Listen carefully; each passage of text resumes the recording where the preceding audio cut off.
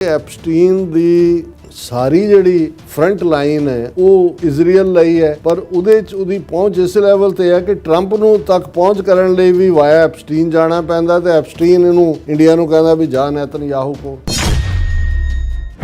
ਹੁਣ ਜਦੋਂ ਕਿ ਇੰਨਾ ਰੌਲਾ ਪਿਆ ਪ੍ਰਿੰਸ ਜਿਹੜਾ ਐਂਡਰਿਊ ਮਾਊਂਟਬੈਟਨ ਜਿਹਨੇ ਕਿੰਗ ਚਾਰਲਸ ਤੋਂ ਬਾਅਦ ਕਿੰਗ ਬਣਨਾ ਸੀ, ਐਪਸਟੀਨ ਫਾਈਲ 'ਚ ਉਸ ਦੀਆਂ ਕਰਤੂਤਾਂ ਆਈਆਂ, ਰਿਜ਼ਾਈਨ ਹੋ ਗਿਆ, ਉਹਨੂੰ ਕਿੰਗਸ਼ਿਪ ਤੋਂ ਪਾਸੇ ਆਫਲਾਈਨ ਕਰਤਾ, ਘਰ ਖਾਲੀ ਕਰਾ ਲਿਆ, ਕੱਲ ਉਹਨੂੰ ਅਰੈਸਟ ਵੀ ਕੀਤਾ। ਨਾਰਵੇ ਦੇ ਸਾਬਕਾ ਪ੍ਰਾਈਮ ਮਿਨਿਸਟਰ ਔਰ ਜਿਹੜਾ ਡਿਪਲੋਮੈਟ ਸੀ ਉਹਦੀ 8-9 ਅਰੈਸਟ ਹੋਈਆਂ। ਫਰਾਂਸ ਦੇ ਵਿੱਚ ਵੀ ਪੂਰੀ ਇਨਵੈਸਟੀਗੇਸ਼ਨ ਹੈ। ਹੁਣ ਸਵਾਲ ਇਹ ਹੈ ਵੀ ਇੱਧਰ ਮੋਦੀ ਔਰ ਹਰਦੀਪ ਪੁਰੀ ਇਸ ਦੇ ਉੱਤੇ ਕੋਈ ਜਵਾਬ ਦੇਣ ਨੂੰ ਤਿਆਰ ਨਹੀਂ।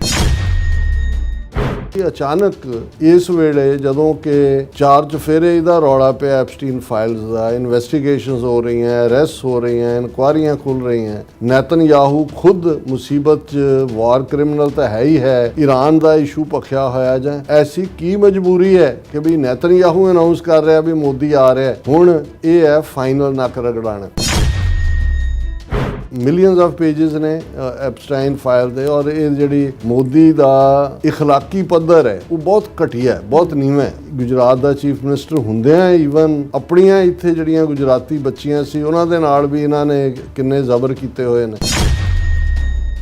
ਐਸ ਜੈ ਸ਼ੰਕਰ ਇੰਡੀਆ ਦਾ ਐਂਬੈਸਡਰ ਸੀ ਚਾਈਨਾ ਦੇ ਵਿੱਚ ਜਦੋਂ ਮੋਦੀ ਗੁਜਰਾਤ ਦਾ ਚੀਫ ਮਿਨਿਸਟਰ ਸੀ। 10 ਵਾਰ ਮੋਦੀ ਜਿਹੜਾ ਚੀਨ ਗਿਆ ਔਰ ਉਹਦੇ ਐਸ਼ੋ ਇਸ਼ਰਤ ਦਾ ਪ੍ਰਬੰਧ ਇਹਨੇ ਐਸ ਜੈ ਸ਼ੰਕਰ, ਇਸ ਲਈ ਫੋਰਨ ਮਿਨਿਸਟਰ ਵੀ ਬਣਿਆ ਤੇ ਉਹ ਭੇਤੀ ਹੈ। ਹੁਣ ਇਹੀ ਹਾਲ ਹਰਦੀਪ ਪੁਰੀ ਦੇ ਹਵਾਲੇ ਨਾਲ ਹੈ। ਇਸ ਬਦਲਦੀ ਦੁਨੀਆ ਵਿੱਚ ਤੁਸੀਂ ਪਿੱਛੇ ਨਾ ਰਹਿ ਜਾਓ। ਹਰ ਘਟਨਾ ਜੋ ਤੁਹਾਡੀ ਜ਼ਿੰਦਗੀ ਤੇ ਅਸਰ ਪਾ ਰਹੀ ਹੈ, ਅਸੀਂ ਉਸ ਬਾਰੇ ਦੇਵਾਂਗੇ ਤੁਹਾਨੂੰ ਸਟੀਕ ਤੇ ਸਹੀ ਜਾਣਕਾਰੀ। ਤੁਹਾਡਾ ਆਪਣਾ ਹੱਕ ਸੱਚ ਦੀ ਆਵਾਜ਼ TV84 TV84 ਦੇ ਨਾਲ ਜੁੜਨ ਲਈ ਆਪਣਾ ਫੋਨ ਚੁੱਕੋ ਤੇ ਐਪ ਸਟੋਰ ਵਿੱਚ ਜਾ ਕੇ ਡਾਊਨਲੋਡ ਕਰੋ TV84 ਦੀ ਨਵੀਂ ਐਪ। ਇਸ ਐਪ ਤੇ ਤੁਸੀਂ ਦੇਖ ਸਕਦੇ ਹੋ 24 ਘੰਟੇ TV84 ਦਾ ਲਾਈਵ ਚੈਨਲ ਅਤੇ ਨਾਲ ਹੀ ਪੰਜ ਪੰਜਾਬ ਅਤੇ ਦੁਨੀਆ ਭਰ ਦੀਆਂ ਅਹਿਮ ਖਬਰਾਂ। ਫਿਰ ਦੇਰ ਕਿਸ ਗੱਲ ਦੀ, ਹੁਣੇ ਡਾਊਨਲੋਡ ਕਰੋ TV84 ਦੀ ਨਵੀਂ ਐਪ।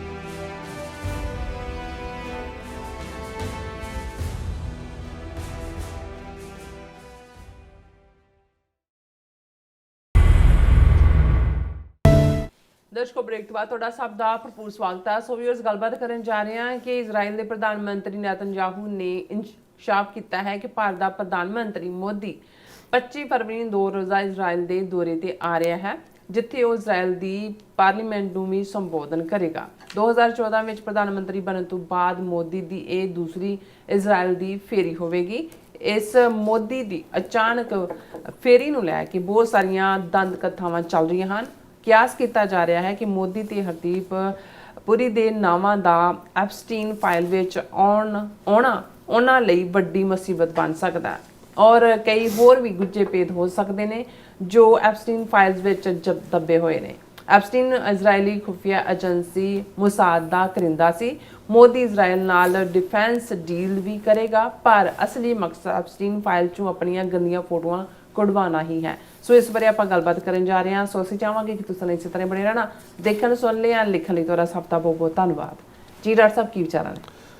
ਦੇਖੋ, ਇੱਕ ਯੂਟਿਊਬਰ ਐਕਸਪਰਟ ਇਹ ਕਹਿ ਰਿਹਾ ਸੀ ਕਿ LK ਅਡਵਾਨੀ ਜਿਹੜਾ ਨਰਿੰਦਰ ਮੋਦੀ ਦਾ ਅਸਲੀ ਸਿਆਸੀ ਗੁਰੂ ਹੈ ਔਰ ਇਸ ਨੇ ਪ੍ਰਾਈਮ ਮਿਨਿਸਟਰ ਬਣਨ ਤੋਂ ਬਾਅਦ ਸਭ ਤੋਂ ਪਹਿਲਾਂ ਆਪਣੇ ਗੁਰੂ ਨੂੰ ਹੀ ਢਾਇਆ, ਮਾਰਿਆ ਉਹਨੂੰ ਔਰ ਮਾਰਗਦਰਸ਼ਕ ਬਣਾ ਦਿੱਤਾ ਕਿ ਜੀ 75 ਸਾਲ ਤੋਂ ਬਾਅਦ ਕੋਈ ਵੀ ਜਿਹੜਾ ਹੈ ਉਹ ਐਕਟਿਵ ਪੋਲੀਟਿਕਸ 'ਚ ਨਹੀਂ ਰਹਿ ਸਕਦਾ। ਤੇ ਉਹ ਯੂਟਿਊਬਰ ਸੱਜਣ ਜਿਹੜੇ ਖੁਦ ਵੀ ਇੱਕ ਪ੍ਰੋਮੀਨੈਂਟ ਜਰਨਲਿਸਟ ਨੇ, ਉਹ ਕਹਿ ਰਹੇ ਸੀ ਕਿ ਮੋਦੀ ਨੇ ਜਦੋਂ ਮੋਦੀ ਚੀਫ ਮਿਨਿਸਟਰ ਸੀ ਤਾਂ ਇੱਕ ਵਾਰ ਉਹਨੇ LK ਅਡਵਾਨੀ ਨੇ ਮੈਨੂੰ ਕਿਹਾ ਸੀ ਕਿ ਮੋਦੀ ਭਾਈ ਬਹੁਤ ਅੱਛੇ ਇਵੈਂਟ ਮੈਨੇਜਰ ਹੈ।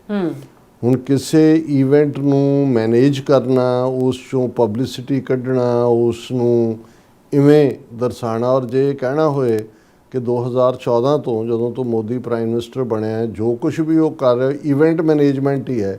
ਇਹ ਵੱਖਰੀ ਕਹਾਣੀ ਹੈ ਕਿ ਬਾਹਰ ਜੋ ਟਰੰਪ ਦੇ ਨਾਲ ਜਾਂ ਜੋ ਕੁਝ ਓਵਰਆਲ ਦੁਨੀਆ ਦੇ ਵਿੱਚ ਆਈਸੋਲੇਸ਼ਨ ਹੋਈ ਔਰ ਗੁਆਂਢੀਆਂ ਦੇ ਨਾਲ ਵੀ ਜਿਸ ਕਿਸਮ ਦਾ ਹੋਇਆ ਉਹਦੇ 'ਚ ਉਹ ਇਵੈਂਟ ਮੈਨੇਜਮੈਂਟ ਫੇਲ ਹੋਈ। ਲੇਕਿਨ ਤੁਸੀਂ ਦੇਖੋ ਵੀ ਇਹ ਸ਼ੈਤਾਨ ਦੀ ਟੂਟੀ ਆਪਣੇ ਬਾਜ਼ ਨਹੀਂ ਆਇਆ ਹੈ ਅਜੇ ਵੀ। ਜਿਹੜਾ ਉਹਨਾਂ ਨੂੰ ਕਹਿੰਦੇ ਜੇ ਮੋਦੀ ਜਿਹੜਾ ਉਹ ਇੰਡੀਆ ਤਾਂ ਆਪਣੇ ਅਟੈਚੀ ਕੇਸ ਹੀ ਚੁੱਕਣ ਆਉਂਦਾ ਕਿ ਵੀ ਕਿਹੜੇ ਕੱਪੜਿਆਂ ਦਾ ਰੱਖਿਆ ਰਹਿੰਦਾ, ਯਾਤਰਾ ਦੇ ਉੱਤੇ ਹੀ ਹੈ। ਔਰ ਹੁਣ ਵੀ ਇਸ ਸਭ ਦੇ ਬਾਵਜੂਦ, ਔਰ ਜਦੋਂ ਮੈਂ ਇੱਕ ਦਿਨ ਕਿਹਾ ਸੀ, ਮੈਂ ਕਿਹਾ ਜੀ ਸਾਨੂੰ ਸਿੱਖਣਾ ਚਾਹੀਦਾ ਇਹਨਾਂ ਤੋਂ ਕਿ ਕਦੋਂ ਬੋਲਣਾ ਹੈ ਤੇ ਕਦੋਂ ਮੂੰਹ ਬੰਦ ਰੱਖਣਾ। ਹੁਣ 85 ਵਾਰ ਪ੍ਰੈਜ਼ੀਡੈਂਟ ਟਰੰਪ ਨੇ ਕਿਹਾ ਕਿ ਭਾਈ ਮੈਂ ਰੁਕਵਾਇਆ ਇਹਨਾਂ ਦਾ ਆਪਸੀ ਟਕਰਾਅ 7, 8, 9, 10 ਮਈ ਨੂੰ, ਨਹੀਂ ਤਾਂ ਨਿਊਕਲੀਅਰ ਵਾਰ 2 ਕਰੋੜ 2.5 ਕਰੋੜ ਲੋਕ ਮਰ ਜਾਣੇ ਸੀ। ਕੱਲ ਈਵਨ ਡਿਟੇਲ ਚ ਬੋਰਡ ਆਫ ਜਿਹੜਾ ਪੀਸ ਦੀ ਮੀਟਿੰਗ ਦੇ ਵਿੱਚ ਉਹਨੇ ਚਟਕਾਰੇ ਲੈ ਲੈ ਕੇ ਕਿ ਵੀ ਕਿਵੇਂ ਮੋਦੀ ਨੇ ਕਾਲ ਕੀਤਾ, ਉਹਨੇ ਕੀਤਾ, ਬੰਦੇ ਜਹਾਜ਼ ਡਿੱਗ ਪਏ ਇੰਨੇ। ਫਿਰ ਮੈਂ ਕਿਹਾ ਕਿ ਵੀ ਮੈਂ 200% ਟੈਰਿਫ ਤੁਹਾਨੂੰ ਠੋਕ ਦਿਆਂਗਾ। ਪਰ ਤੁਸੀਂ ਦੇਖੋ ਇੰਨੀ ਵਾਰ ਜਿਹੜਾ ਉਹ ਪ੍ਰੈਜ਼ੀਡੈਂਟ ਟਰੰਪ ਵੱਲੋਂ ਇੱਕ ਵਾਰ ਵੀ ਮੋਦੀ ਦੀ ਜ਼ਬਾਨ ਨਹੀਂ ਖੁੱਲੀ ਕਿ ਉਹ ਉਹਨੂੰ ਕਾਊਂਟਰ ਕਰੇ। ਬਿਲਕੁਲ। ਗਲਵਾਨ ਫੌਜੀ ਵੀ ਮਰੇ, 4000 ਸਕੁਅਰ ਮਾਈਲ ਤੋਂ ਜ਼ਿਆਦਾ ਟੈਰੀਟਰੀ ਜਿਹੜੀ ਹੈ ਉਹ ਡੈਪਸੋਂਗ, ਡੈਪਚੋਂਗ, ਪੈਂਗਸੋਂਗ ਸੇਰ ਦੇ ਜਿਹੜਾ ਲਦਾਖ ਉਹ ਲੂਜ਼ ਕੀਤੀ। ਇਹ ਨਾ ਕੋਈ ਆਇਆ ਨਾ ਕੋਈ ਗਿਆ, ਉਹ ਸਾਹਮਣੇ ਐਵੀਡੈਂਸ ਹੁੰਦੇ ਆ ਵੀ ਤੁਸੀਂ ਝੂਠ ਬੋਲੇ ਜਾਂਦੇ ਹੋ। ਹੁਣ AI ਸਮਿਟ ਦਾ ਵੱਡਾ ਡਰਾਮਾ, ਹਾਲਾਂ ਇੰਡੀਆ ਇਵੇਂ ਦੱਸ ਰਿਹਾ ਜਿਵੇਂ ਪਹਿਲੀ ਵਾਰੀ ਉੱਥੇ ਹੀ ਹੋ ਰਹੀ ਹੈ, ਤੀਸਰੀ ਵਾਰ ਸੀ, ਨੈਕਸਟ ਟਾਈਮ ਹੋਰ ਕਿਤੇ ਹੋਣੀ ਹੈ। ਪਰ ਉਹਨੂੰ ਇੰਨੀ ਵੱਡੀ ਇਵੈਂਟ ਜਿਹਦੇ 'ਚ ਤੁਹਾਡਾ ਕੁਝ ਵੀ ਐਟ ਸਟੇਕ ਨਹੀਂ ਹੈ, ਜਿਹੜੀਆਂ ਵੱਡੀਆਂ 20-25 ਮੁਲਕਾਂ ਦੀਆਂ ਆਰਟੀਫਿਸ਼ੀਅਲ ਇੰਟੈਲੀਜੈਂਸ ਦੇ ਪ੍ਰੋਡਕਟ ਬਣਾਉਣ ਵਾਲੀਆਂ, ਔਰ ਤੁਸੀਂ ਝੂਠ ਦਾ ਇਸ ਹੱਦ ਤੱਕ ਲੈਂਦੇ ਹੋ ਕਿ ਉਹ ਗਗਲੋਹਟ ਯੂਨੀਵਰਸਿਟੀ ਕਿਸੇ ਨੇ ਉਹਨੂੰ ਕਿਹਾ ਕਿ ਗਲ ਘੋਟੂ ਬਿਮਾਰੀ, ਉਹਦਾ ਗਲ ਘੋਟ ਕਹਿੰਦਾ ਕੁੱਤੇ ਨਾਲ ਹੁੰਦੀ ਗਲ ਘੋਟੂ। ਵੀ ਤੁਸੀਂ ਉਹਨਾਂ ਦਾ ਚੀਨ ਦਾ 2-2.5 ਸਾਲ ਜਿਹੜਾ ਔਨ ਸੇਲ ਹੈ, ਲੋਕ ਖਰੀਦਦੇ ਨੇ, ਤੁਹਾਨੂੰ ਇਹ ਸ਼ਰਮ ਨਹੀਂ ਆਈ ਕਿ ਵੀ ਇਸ ਦੇ ਉੱਤੇ ਤੁਹਾਡਾ ਕੀ ਜਲੂਸ ਨਿਕਲੇਗਾ? ਤੁਸੀਂ ਕਹਿ ਰਹੇ ਹੋ ਜੀ ਅਸੀਂ ਬਣਾਇਆ ਇਹਨੂੰ, ਉਹ ਸਾਹਮਣੇ ਆ ਰਿਹਾ ਵੀ ਕੀ ਹੈ ਕਿ ਵੀ ਉਹਦਾ ਤੁਸੀਂ ਕੀ ਜਲੂਸ ਕੱਢਿਆ ਆਪਣਾ ਕੁੱਤੇ ਦਾ, ਉਹੀ ਆਪਣੀ ਕੁੱਤੇ ਖਾਣੀ ਕਰਾਈ ਵੀ ਕੋਈ ਚੱਜ ਦੀ ਚੀਜ਼ ਕਰਕੇ। ਕੋਈ ਹਾਥੀ ਤੁਹਾਡਾ ਨੈਸ਼ਨਲ ਐਨੀਮਲ ਹੈ ਜਾਂ ਕੌਣ ਹੈ, ਤੁਸੀਂ ਉਹ ਕੁੱਤੇ ਖਾਣੀ ਕਰਵਾਉਣੀ ਸੀਗੀ। ਕੁੱਤਾ ਵੀ ਉਹਨਾਂ ਦਾ, ਪੈਸੇ ਵੀ ਉਹਨਾਂ ਉਹ ਵੱਟ ਰਹੇ ਨੇ, ਇਹ ਤੁਸੀਂ ਖਾਮ-ਖਾ ਉਹਨਾਂ ਨੂੰ ਮਸ਼ਹੂਰੀ ਦਿੱਤੀ। ਲੇਕਿਨ ਇਸ ਦੇ ਉੱਤੇ ਬਿਲਕੁਲ, ਹਾਲਾਂ ਉਹ ਯੂਨੀਵਰਸਿਟੀ ਵਾਲਿਆਂ ਦਾ ਸਟਾਰ ਸਟੂਲ ਤਾਂ ਉੱਥੋਂ ਚੁੱਕਣਾ ਪਿਆ, ਉੱਥੇ ਨਾ ਖਾਣ ਨੂੰ ਪਾਣੀ ਨਾ ਦੂਜਾ, ਇੰਨਾ ਬੁਰਾ ਹਾਲ ਬੌਂਕੇ ਦਿਹਾੜੇ। ਹੁਣ ਇਸ ਸਾਰੇ ਦੇ ਬਾਵਜੂਦ ਤੁਸੀਂ ਦੇਖੋਗੇ ਵੀ ਇਸ ਇਵੈਂਟ ਤੋਂ ਪਹਿਲਾਂ ਮਲੇਸ਼ੀਆ ਦੀ ਟ੍ਰਿਪ ਤੇ ਚੜ੍ਹ ਗਿਆ ਸੀ।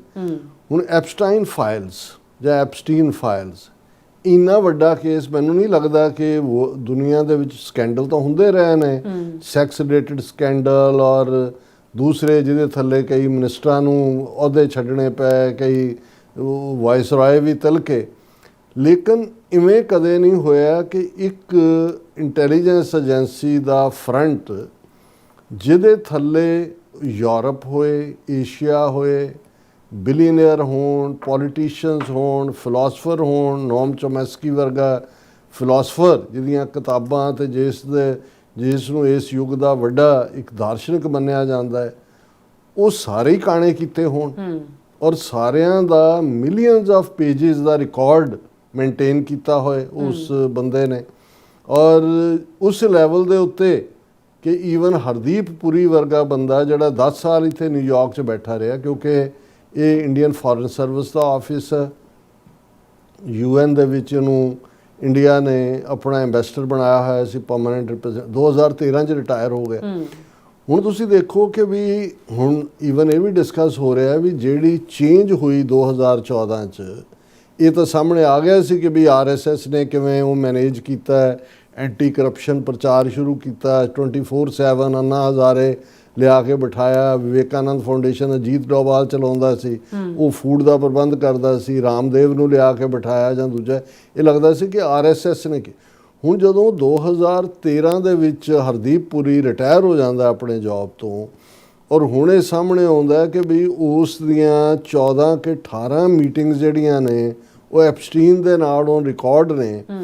ਫਿਰ ਐਪਸਟੀਨ ਹਰਦੀਪ ਪੁਰੀ ਨੂੰ ਕੋਈ ਕਿਤਾਬ ਗਿਫਟ ਕਰਦਾ ਕਿ ਜੀ ਇਹ ਮੇਰੇ ਜਿਹੜੀਆਂ ਨੇ, ਔਰ ਉਹ ਉਹਨਾਂ ਨੂੰ ਵਾਪਸ ਕਰਕੇ ਲੈਟਰ ਲਿਖਦਾ ਹੈ ਆਪਣੇ ਬੱਚਿਆਂ ਦੇ ਨਾਂ ਲਿਖ ਕੇ, ਹਰਦੀਪ ਪੁਰੀ ਕਿ ਜੀ they are very thankful for this autograph and for these books and all, ਜਦੋਂ ਕਿ ਉਹ ਰਿਟਾਇਰ ਹੋ ਚੁੱਕਾ ਹੈ। ਹੁਣ ਸਵਾਲ ਇਹ ਪੁੱਛਿਆ ਜਾ ਰਿਹਾ ਵੀ ਹਰਦੀਪ ਪੁਰੀ ਕਿਵੇਂ RSS ਦੇ ਸੰਪਰਕ 'ਚ ਆਇਆ, ਕਿਵੇਂ ਉਹਨਾਂ ਨੇ ਪਹਿਲਾਂ ਹੀ, ਜਿਵੇਂ ਇਹ ਹੁੰਦਾ ਸੀ ਕਈ ਵਾਰੀ ਇਹ ਇੱਕ ਉਹ ਸਲੀਪਿੰਗ ਇੰਟੈਲੀਜੈਂਸ ਏਜੰਸੀਆਂ ਦਾ ਇੱਕ ਵਰਡ ਮੋਲ ਹੁੰਦਾ, ਇੱਕ ਸਲੀਪਰ ਸੈੱਲ ਹੁੰਦਾ ਤੇ ਸਲੀਪਰ ਸੈੱਲ ਬਾਰੇ ਜਦੋਂ ਤੁਸੀਂ ਪੜ੍ਹਦੇ ਹੋ ਵੀ ਕੀ ਹੁੰਦਾ, ਸਲੀਪਰ ਸੈੱਲ ਹੁੰਦਾ ਹੈ ਕਿ ਜੇ ਰਸ਼ੀਆ ਦੇ ਵਿੱਚ CIA ਨੇ ਆਪਣੇ ਇੰਟੈਲੀਜੈਂਸ ਲੈਣੀ ਹੈ ਤੇ ਉਹਨਾਂ ਨੇ ਰਸ਼ੀਅਨ ਬੱਚੇ ਜਾਂ ਬੱਚੀਆਂ ਜਿਹਨੂੰ ਵੀ ਉਹਨਾਂ ਨੇ ਰਿਕਰੂਟ ਕਰਨਾ ਹੈ ਉਹਨੂੰ 5-6 ਸਾਲ ਦੇ ਨੂੰ ਪਿਕ ਕਰ ਲੈਂਦੇ ਨੇ। ਉਹਦੀ ਪੜ੍ਹਾਈ ਉੱਥੋਂ ਦੇ ਸਿਸਟਮ 'ਚ ਹੋਏਗੀ, ਦੂਸਰਾ ਹੋਏਗਾ ਸਾਰਾ ਉਸ ਨੂੰ ਖਰਚੇ ਦੇਣਗੇ ਜਾਂ ਦੂਜੇ, ਉਹ ਉਸੇ ਹੀ ਸੁਸਾਇਟੀ 'ਚ ਫੋਰਨ ਮਿਨਿਸਟਰੀ ਚਲਾ ਜਾਏ, ਆਰਮੀ 'ਚ ਚਲਾ ਜਾਏ, ਦੂਜੇ ਹੋਏ, ਉਹ ਸਲੀਪਰ ਸੈੱਲ ਹੈ, ਉਹਦੇ ਨਾਲ ਕੋਈ ਰਾਬਤਾ ਨਹੀਂ ਰੱਖਣਾ। ਜਦੋਂ ਕਿਸੇ ਕੀ ਪੋਜੀਸ਼ਨ ਤੇ ਪਹੁੰਚ ਗਿਆ, ਉਹ ਐਵਰੀ ਇੰਚ ਰਸ਼ੀਅਨ ਹੈ, ਰਸ਼ੀਅਨ ਬੋਲੀ ਵੀ ਹੈ ਰਸ਼ੀਆ ਦਾ, ਉਦੋਂ ਉਹਨੂੰ ਐਕਟੀਵੇਟ ਕਰਨਗੇ ਸਲੀਪਰ ਸੈੱਲ। ਹੁਣ ਇਹ ਨਜ਼ਰ ਆਉਂਦਾ ਹੈ ਵੀ ਇਹ ਜਿਹੜਾ ਈਵਨ ਚੇਂਜ ਆਫ ਗਵਰਨਮੈਂਟ ਹੋਈ ਮਨਮੋਹਨ ਸਿੰਘ ਦੀ ਉਹ ਵੀ ਐਪਸਟੀਨ, ਹੁਣ ਐਪਸਟੀਨ ਬਾਰੇ ਕਲੀਅਰ ਹੈ ਕਿ ਜਿਹੜੀ ਇਜ਼ਰਾਈਲ ਦੀ ਖੁਫੀਆ ਏਜੰਸੀ ਮੋਸਾਦ ਹੈ ਉਹਦਾ ਹੈੱਡਕੁਆਰਟਰ ਹੈ, ਕਿ ਵੀ ਇਹ ਹਰਦੀਪ ਪੁਰੀ 2013 'ਚ ਕਿਹਦੇ ਕਹਿਣ ਤੇ ਉਹਨੂੰ ਫਿਰ ਹੁਣ ਇੱਕ ਹੋਰ ਬਿਊਰੋਕਰੈਟ ਨੇ ਇੱਕ ਇੰਟਰਵਿਊ ਦੇ ਵਿੱਚ ਕਿਹਾ ਕਿ ਜੀ ਹਰਦੀਪ ਪੁਰੀ ਦਾ ਜਨੀਵਾ ਦੇ ਵਿੱਚ ਵੀ ਇੱਕ ਘਰ ਹੈ ਔਰ ਉਹਦਾ ਲਾਈਫ ਸਟਾਈਲ ਇਸ ਕਿਸਮ ਦਾ ਹੈ ਕਿ ਭਾਈ ਅਸੀਂ ਬਿਊਰੋਕਰੈਟ ਹਾਂ, ਅਸੀਂ ਵੀ ਬਰਾਬਰ, ਅਸੀਂ ਅਫੋਰਡ ਹੀ ਨਹੀਂ ਸੀ ਕਰ ਸਕਦੇ। ਹੁਣ ਹਰਦੀਪ ਪੁਰੀ ਬਿਨਾਂ ਕੋਈ ਇਲੈਕਸ਼ਨ ਜਿੱਤਿਆ ਮੋਦੀ ਨੇ 2014 'ਚ ਆਪਣੀ ਕੈਬਨਿਟ 'ਚ ਉਹਨੂੰ ਲੈ ਲਿਆ ਸੀ ਔਰ ਪਹਿਲਾਂ ਪ੍ਰੈਸ ਕਾਨਫਰੰਸ ਝੂਠ ਬੋਲਦਾ ਕਿ ਜੀ ਮੇਰੇ ਆ ਤੇ 3-4 ਵਾਰੀ ਮੈਂ ਮਿਲਿਆ ਉਹਨੂੰ, ਪਰ ਮੈਂ ਡਿਜੀਟਲ ਇੰਡੀਆ ਦੇ, ਉਦੋਂ ਅਜੇ ਡਿਜੀਟਲ ਇੰਡੀਆ ਦਾ ਨਾਮ ਵੀ ਨਹੀਂ ਸੀ। ਸੋ ਮਤਲਬ ਜਦੋਂ ਅਸੀਂ ਦੇਖਦੇ ਹਾਂ ਕਿ ਵੀ ਕਿਸ ਲੈਵਲ ਤੱਕ, ਔਰ ਜਿਹੜੀ ਇੱਕ ਈਮੇਲ ਮੋਦੀ ਬਾਰੇ ਜਿਹੜੀ ਆਲਰੇਡੀ ਐਪਸਟੀਨ ਫਾਈਲ ਦੇ ਰਾਹੀਂ ਆਈ, ਉਹ ਹੈ ਕਿ 2014 'ਚ ਜਦੋਂ ਮੋਦੀ ਪ੍ਰਾਈਮ ਮਿਨਿਸਟਰ ਬਣ ਜਾਂਦਾ ਹੈ, ਐਪਸਟੀਨ ਦੇ ਨਾਲ ਮੁਲਾਕਾਤ ਹੁੰਦੀ ਹੈ ਹਰਦੀਪ ਪੁਰੀ ਦੀ, ਔਰ ਦੂਸਰਾ ਜਿਹੜਾ, ਔਰ ਹੁਣ ਟਰੰਪ ਤੱਕ ਪਹੁੰਚ ਚਾਹੁੰਦੇ ਸੀ ਕਿ ਵੀ ਟਰੰਪ ਨੂੰ ਅਸੀਂ ਕਿਵੇਂ ਐਵੇਂ ਨਹੀਂ, ਪਹਿਲੀ ਟਰਮ ਵੇਲੇ ਟਰੰਪ ਇੰਨਾ ਮਿਹਰਬਾਨ ਰਿਹਾ, ਹੁਣ ਟਰੰਪ ਤੱਕ ਐਪਸਟੀਨ ਨੂੰ ਸਲਾਹ ਦਿੰਦਾ ਹੈ ਕਿ ਮੋਦੀ ਨੂੰ ਕਹੋ ਕਿ ਵੀ ਜਾਏ ਨੈਤਨਯਾਹੂ ਦੇ ਕੋਲ, he should go to Israel, ਉੱਥੇ ਜਿਹੜਾ he should dance and sing for Trump, ਕਿ ਵੀ ਉਹ ਗੁਣ ਗਾਇਨ ਕਰੇ। ਮਤਲਬ ਇਹ ਹੈ ਕਿ ਨੈਤਨਯਾਹੂ ਮੋਦੀ ਨੂੰ ਬਾਂਹ ਫੜਾਏਗਾ ਟਰੰਪ ਦੀ, ਉਹਦੇ ਸਾਹਮਣੇ ਜਾ ਕੇ ਨਾਚ ਗਾਣ, ਇਹ ਅੰਗਰੇਜ਼ੀ ਦਾ ਫਰੇਜ਼ ਹੈ ਕਿ ਵੀ ਸਿੰਗ ਐਂਡ ਡਾਂਸ, ਕਿ ਵੀ ਉਹਦੀ ਅਸੀਂ ਕਹਿੰਦੇ ਨਾ ਵੀ ਉਹਦੀ ਧੁਨ ਤੇ ਅੱਜ ਕੱਲ੍ਹ ਨੱਚ ਰਿਹਾ, ਹਾਂਜੀ, ਇਹ ਉਹ ਹੈ ਡਾਂਸ ਐਂਡ ਸਿੰਗ। ਉਹ ਮੋਦੀ ਉੱਥੇ ਪਹੁੰਚ ਜਾਂਦਾ। ਹੁਣ ਬੇਸ਼ੱਕ ਇਜ਼ਰਾਈਲ ਦੇ ਨਾਲ ਜਿਹੜੇ ਡਿਪਲੋਮੈਟਿਕ ਸੰਬੰਧ ਐਸਟੈਬਲਿਸ਼ ਕੀਤੇ ਇੰਡੀਆ ਨੇ 1992 'ਚ ਕੀਤੇ, ਨਰਸਿਮਹਾ ਰਾਓ ਪ੍ਰਾਈਮ ਮਿਨਿਸਟਰ ਸੀ, 92 ਤੋਂ 2016 ਤੱਕ 2014 ਤੱਕ ਕਿੰਨੇ ਸਾਲ ਬਣ, 22 ਸਾਲ ਬਣਦੇ ਨੇ, ਕੋਈ ਪ੍ਰਾਈਮ ਮਿਨਿਸਟਰ ਇੰਡੀਆ ਦਾ 1948 ਦਾ ਇਜ਼ਰਾਈਲ ਬਣਿਆ ਹੋਇਆ। ਹੁਣ ਮੋਦੀ ਦਾ ਜਾਣਾ ਉਹਦੇ ਐਪਸਟੀਨ ਦੇ ਕਹਿਣ ਤੇ ਨੈਤਨਯਾਹੂ ਨੂੰ, ਔਰ ਪਹਿਲਾ ਪ੍ਰਾਈਮ ਮਿਨਿਸਟਰ ਇੰਡੀਆ ਦਾ, ਉਹਨੂੰ ਵੀ ਇਵੈਂਟ ਬਣੇ, ਦੇਖੋ ਜੀ ਮੋਦੀ ਕਿਤਨਾ ਬੜਾ, ਉਹ ਪਹਿਲੀ ਵਾਰ ਉਹ ਗਿਆ ਜੀ। ਦੂਜਾ ਹੁਣ ਚਲੋ ਇਸ ਦੌਰਾਨ ਕੀ ਹੋਇਆ, ਫਿਰ ਪਹਿਲੀ ਟਰਮ ਜ਼ਾਹਰ ਹੈ ਟਰੰਪ ਨੇ ਕਿੰਨੀਆਂ ਮਿਹਰਬਾਨੀਆਂ ਕੀਤੀਆਂ, ਹੁਣ ਐਪਸਟੀਨ ਦੀ ਮਿਹਰਬਾਨੀ ਹੈ ਤੇ ਨੈਤਨਯਾਹੂ ਦੀ ਹੈ। ਮਤਲਬ ਇਹ ਹੈ ਕਿ ਐਪਸਟੀਨ ਦੀ ਸਾਰੀ ਜਿਹੜੀ ਫਰੰਟ ਲਾਈਨ ਹੈ ਉਹ ਇਜ਼ਰਾਈਲ ਲਈ ਹੈ, ਪਰ ਉਹਦੇ 'ਚ ਉਹਦੀ ਪਹੁੰਚ ਇਸ ਲੈਵਲ ਤੇ ਹੈ ਕਿ ਟਰੰਪ ਨੂੰ ਤੱਕ ਪਹੁੰਚ ਕਰਨ ਲਈ ਵੀ ਵਾਇਆ ਐਪਸਟੀਨ ਜਾਣਾ ਪੈਂਦਾ, ਤੇ ਐਪਸਟੀਨ ਇਹਨੂੰ ਇੰਡੀਆ ਨੂੰ ਕਹਿੰਦਾ ਵੀ ਜਾ ਨੈਤਨਯਾਹੂ ਕੋਲ। ਫਿਰ ਉਹਦੀ ਪਹਿਲੀ ਟਰਮ ਵੇਲੇ ਇਜ਼ਰਾਈਲ ਦੇ ਨਾਲ ਜਿਹੜੀ ਹਥਿਆਰਾਂ ਦੀ ਸੌਦੇਬਾਜ਼ੀ ਹੈ ਉਹ $6 ਬਿਲੀਅਨ ਤੱਕ ਪਹੁੰਚ ਜਾਂਦੀ ਹੈ। ਅਮਰੀਕਾ, ਰਸ਼ੀਆ ਔਰ ਫਰਾਂਸ ਤੋਂ ਬਾਅਦ ਉਹ ਵੱਡਾ ਬਾਇਰ ਬਣ ਜਾਂਦਾ। ਉਹ ਸਮਝ ਆਇਆ। ਹੁਣ ਜਦੋਂ ਕਿ ਇੰਨਾ ਰੌਲਾ ਪਿਆ, ਪ੍ਰਿੰਸ ਜਿਹੜਾ ਐਂਡਰਿਊ ਮਾਊਂਟਬੈਟਨ, ਜਿਹਨੇ ਕਿੰਗ ਚਾਰਲਸ ਤੋਂ ਬਾਅਦ ਕਿੰਗ ਬਣਨਾ ਸੀ, ਐਪਸਟੀਨ ਫਾਈਲ 'ਚ ਉਸ ਦੀਆਂ ਕਰਤੂਤਾਂ ਆਈਆਂ, ਰਿਜ਼ਾਈਨ ਹੋ ਗਿਆ, ਉਹਨੂੰ ਕਿੰਗਸ਼ਿਪ ਤੋਂ ਪਾਸੇ ਆਫਲਾਈਨ ਕਰਤਾ, ਘਰ ਖਾਲੀ ਕਰਾ ਲਿਆ, ਕੱਲ੍ਹ ਉਹਨੂੰ ਅਰੈਸਟ ਵੀ ਕੀਤਾ। ਨਾਰਵੇ ਦੇ ਸਾਬਕਾ ਪ੍ਰਾਈਮ ਮਿਨਿਸਟਰ ਔਰ ਜਿਹੜਾ ਡਿਪਲੋਮੈਟ ਸੀ ਉਹਦੀ 8-9 ਅਰੈਸਟ ਹੋਈਆਂ। ਫਰਾਂਸ ਦੇ ਵਿੱਚ ਵੀ ਪੂਰੀ ਇਨਵੈਸਟੀਗੇਸ਼ਨ ਹੈ। ਹੁਣ ਸਵਾਲ ਇਹ ਹੈ ਵੀ ਇੱਧਰ ਮੋਦੀ ਔਰ ਹਰਦੀਪ ਪੁਰੀ ਇਸ ਦੇ ਉੱਤੇ ਕੋਈ ਜਵਾਬ ਦੇਣ ਨੂੰ ਤਿਆਰ ਨਹੀਂ, ਔਰ ਅਚਾਨਕ ਨੈਤਨਯਾਹੂ ਅਨਾਊਂਸ ਕਰਦੇ ਨੇ, ਜਿਵੇਂ ਪਹਿਲਾਂ ਅਨਾਊਂਸ ਉਹਨੇ ਕੀਤਾ ਐਪਸਟੀਨ ਨੇ ਕਿ ਵੀ ਜਾ ਨੈਤਨਯਾਹੂ ਦੇ ਕੋਲ। ਹੁਣ ਨੈਤਨਯਾਹੂ ਨੇ ਜਿਹੜਾ ਇਜ਼ਰਾਈਲ ਦਾ ਪ੍ਰਾਈਮ ਮਿਨਿਸਟਰ ਹੈ ਉਸਨੇ Israel defence forces cadets graduation ceremony ਸੀ ਜਿਹੜੀ ਜੈਰੂਸ਼ਲਮ ਤੋਂ 190 ਕਿਲੋਮੀਟਰ ਦੂਰ ਹੈ, ਉਹਦੇ 'ਚ ਉਹਨੇ ਬੜਾ ਇਜ਼ਰਾਈਲੀ ਆਰਮੀ ਦੀ ਤਾਰੀਫ ਕੀਤੀ ਔਰ ਉਹਨੇ ਕਿਹਾ ਕਿ ਜੀ ਅਸੀਂ ਕਿਵੇਂ ਪ੍ਰੀਐਮਪਟਿਵ ਮੈਸ਼ਰਸ ਕਰਦੇ ਹਾਂ against the evil and all, ਔਰ ਅਸੀਂ ਆਪਣੇ ਅਲਾਇੰਸ ਜਿਹੜੇ ਨੇ ਉਹ ਟਾਈਟ ਕਰ ਰਹੇ ਹਾਂ। ਫਿਰ ਉਹ ਕਹਿੰਦਾ ਕਿ ਵੀ tell us who is coming to Israel. ਫਿਰ ਉਹ ਕਹਿੰਦਾ next week prime minister of India will visit the country.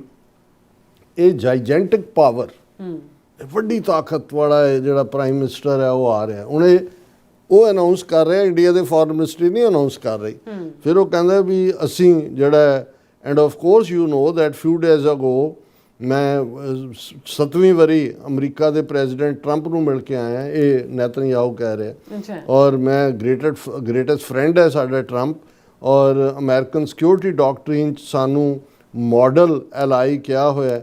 ਔਰ ਉਹਦੇ 'ਚ ਜਿਹੜਾ ਪਹਿਲਾਂ ਵੀ ਨੈਤਨਯਾਹੂ ਨੇ ਇਹ ਐਲਾਨ ਕੀਤਾ ਔਰ ਉਹਦੇ 'ਚ ਉਹਨਾਂ ਨੇ ਕਿਹਾ ਕਿ ਜੀ parliament address on the annual who is coming here next week. ਪੁੱਛਦਾ ਕੌਣ ਆ ਰਿਹਾ? ਮੋਦੀ ਆਇਆ, ਮੋਦੀ ਆਇਆ, ਜਿਵੇਂ ਹੁੰਦਾ ਨਾ ਮੋਦੀ ਮੋਦੀ, ਉਹ ਨੈਤਨਯਾਹੂ ਵੀ ਉੱਥੇ ਕਰਕੇ ਕਰ ਰਿਹਾ ਮੋਦੀ।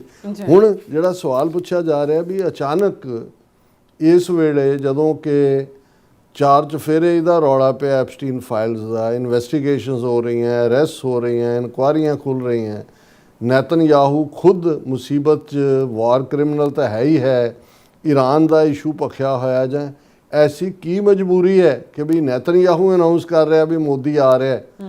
ਹੁਣ ਇਹ ਹੈ ਫਾਈਨਲ ਨੱਕ ਰਗੜਾਣਾ।